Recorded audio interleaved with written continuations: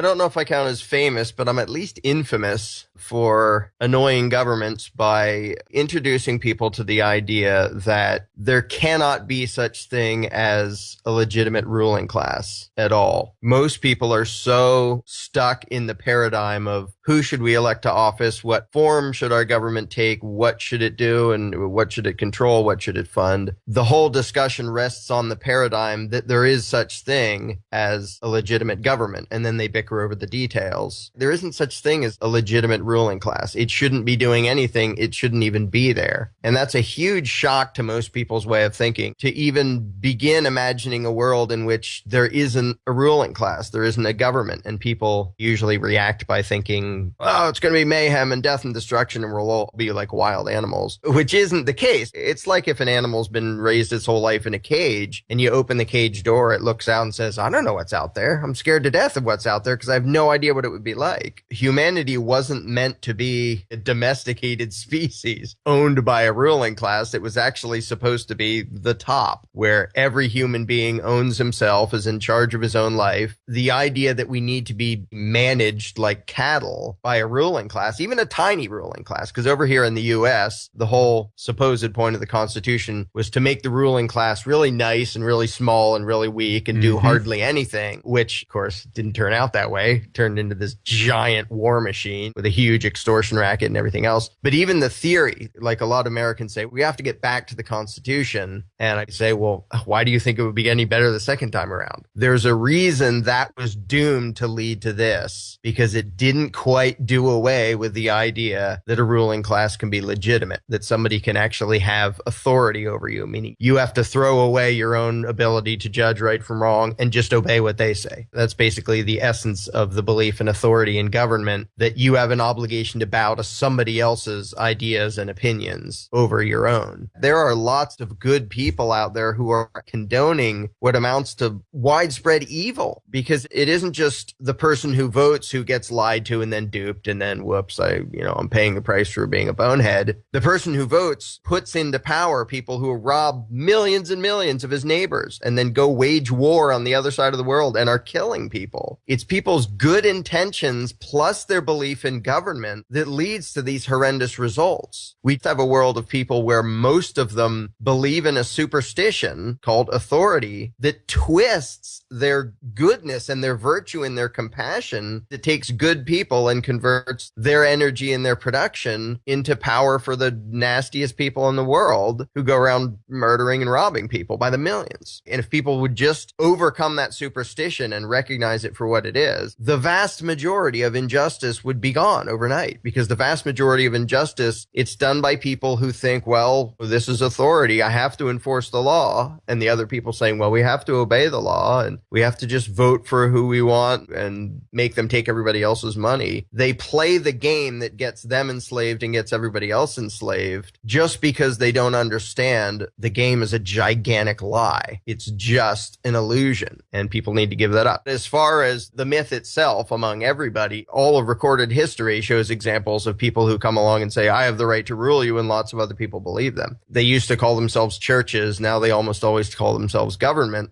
It's the same thing. It's a group that does that. Part of that can be misunderstanding passed on, but what we have today is very intentionally engineered and planned. The current form of authoritarian indoctrination traces back directly to the Prussian indoctrination system, which they openly said, we're trying to come up with a way to train people to not have any will other than what the ruling class wants them to have. In other words, to not have free will, to not have any choice of their own, to just be easily controlled and manipulated tools for the masters, the ruling class. And they openly admitted that was the goal of the Prussian indoctrination system. And that's what modern schooling is modeled after directly. They said, well, what do we have to put kids through so that when we tell them go over there and kill somebody, they do it? Yeah. Literally, that was one of the main goals of the system upon which the U.S. education system is based. And it still does it. And it still works. The whole approval, disapproval thing. The one thing you learn in school is if you do as you're told, you get approval and reward. And if you don't do as you're told, you get disdain and condemnation. They might not hit you, but they'll make sure everybody knows you're a bad person because you didn't do as you were told. Because the rulers actually realize we need them to be really stupid at this point, because if they can start to think for themselves, the game is up. I think that the myth of authority in government is completely doomed. The number of people who understand that they own themselves just exponentially exploding just in the last few years. I know thousands of people who have given up the belief in government. 10 years ago, I knew maybe 3. So it's definitely speeding up.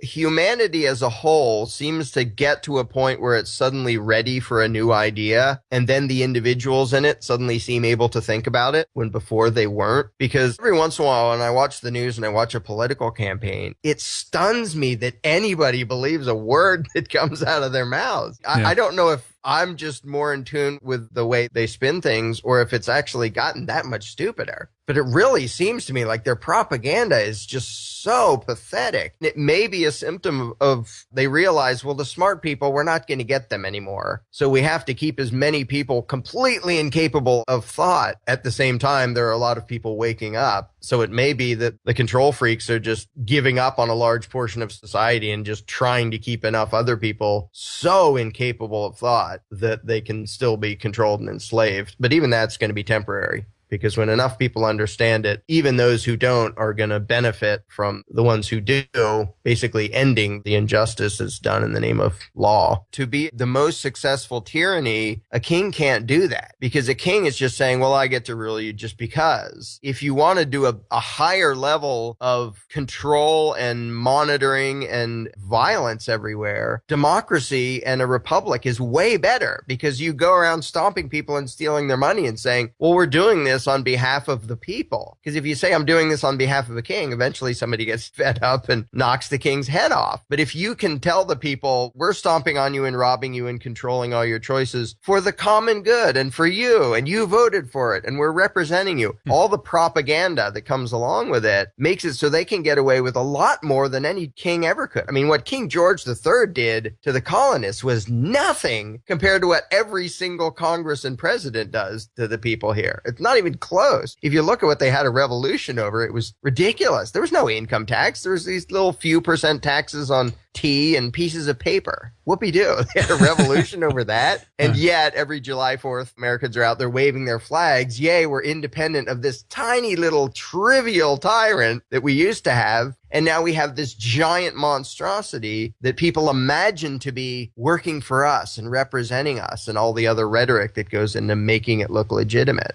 when it isn't. And so they put up with a lot worse than I think they would if some king just came along and said, I'm just going to rule you because I can. Starting at the bottom level, the cops are part of the ruling class because they get to boss people around and hurt people. And the politicians, to me, are just sort of a step up from them. They're still somebody else's puppet. They're still playing a game somebody else built, but they get their own little bunch of power out of it. So they're part of it, but I don't at all think that they're the top. Some people say, oh, you think it's a conspiracy? Of course it's a conspiracy. You go to a supermarket to buy a drink. How much planning and thought people put into even trivial things of, well, we want to sell a candy bar. Well, what do you put on the commercial and what do you make it look like? And how do you, if they work that hard just to sell a candy bar, how hard do you think someone's going to work to enslave the world? And they spent zillions of dollars figuring out what they should put on the label to have people buy it. That's planning and conspiring. To think that for some reason people wouldn't do that when it comes to politics is just insane. Of course, they spent tons of money and tons of thought on how do we control people? How do we get as much power over them as we possibly can without them resisting or running away or shooting at us or something? I think one of the biggest challenges is most good people can't really understand how sociopaths function. So they have a hard time believing that there are some people who really don't care if they kill thousands of people on their way to getting power. And if you can't imagine that there are such people, then you say, well, no, they can't. It must have been by accident or a misunderstanding or something. It couldn't have been on purpose because nobody would be that evil. Because normal people cannot relate to sociopaths. And I think most of the people in office, especially high up, and the people beyond them, the puppet masters or whatever you want to call them, are totally sociopaths. They don't have empathy or sympathy with actual human beings. And they don't mind starting wars and killing millions of people if they think it'll help their investment over here and give them a little more leverage over there. The average good person doesn't even want to aim his thought process in the direction that might tell him wow, there are some people in the world with that much power who don't care if millions of human beings die. To them, it's like stepping on an anthill. And we better understand that and realize that there is nothing they won't do to empower themselves. And if we aren't willing to see them for what they are, we won't know how to deal with them. We won't know how to resist and stop it from happening.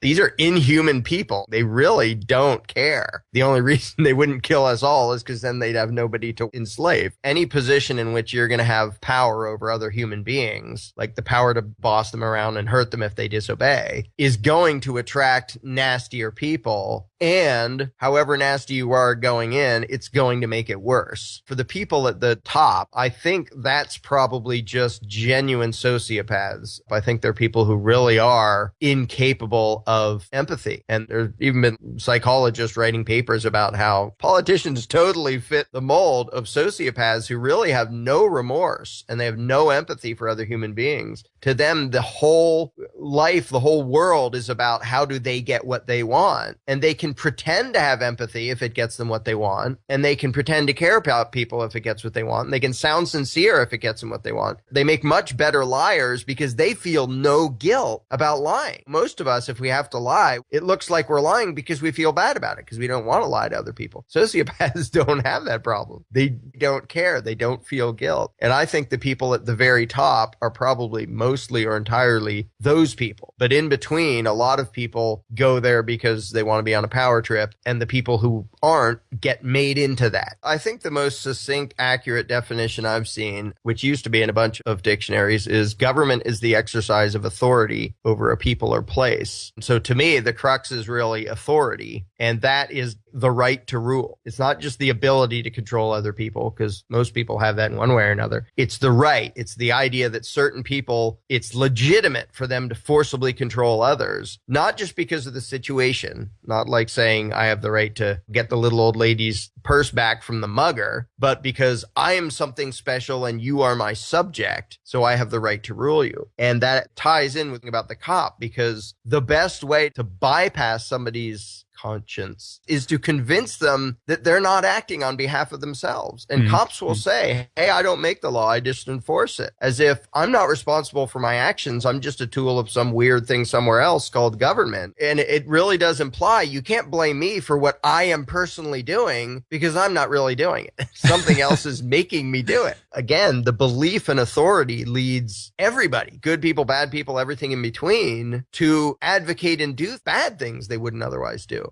Just if that was removed, that excuse of authority in government and law and all the other terminology that goes along with it, if that was removed, most cops, however secretly sadistic they might be, wouldn't dare to do this stuff, whether it's from public condemnation or just from being scared of what somebody else might do to them. The only reason most of them do what they do is because they believe in authority, and they really believe that legislation gives them an exemption from morality. They really and truly believe that. So that when they do something and someone says, hey, what you're doing is bad, well, I don't make the law, I just enforce it. I'm just following orders. Belief in government is a purely faith-based, indoctrinated belief. It doesn't actually make any sense in practical terms or in evidence or in logic, to the point where, yeah, it's some people, they weren't gods or anything. Some people wrote down a thing on paper, and then they called it legislation and they called it law. They did certain rituals to pretend to magically make it something special. And then people go around saying, well, this is law. That shows me how important it is for people to get rid of this insane belief in authority, because literally it makes 2/3 of Americans into murderers waiting to happen. If authority comes along and says, hey, murder that guy, 2/3 of Americans probably will, just because they believe in authority. Even if people know they don't have any legal obligation to do so, people have such a hard time disobeying a perceived authority. Oh, well, I guess I have to put up with it. It's just a little version of the Milgram experiment. Most people literally feel physical discomfort and fear at the thought of disobeying anyone in authority. I don't just mean the fear of he might beat me up. Even when you know he isn't going to do anything, most people can't say, no, I'm not going to do that. Even if they manage to say no, they'll be nervous and terrified and feel uncomfortable because it goes against their years and years of programming and indoctrination that trains them to think if you do as you're told, you're good. If you don't, you're bad. That's the message of school, and that message gets pounded in people's heads. It is the primary problem of human society and has been for thousands of years. The reason they're able to do that is because all of their victims hallucinate a thing called authority, and they couldn't get away with it if their victims didn't imagine it to be legitimate. It's a very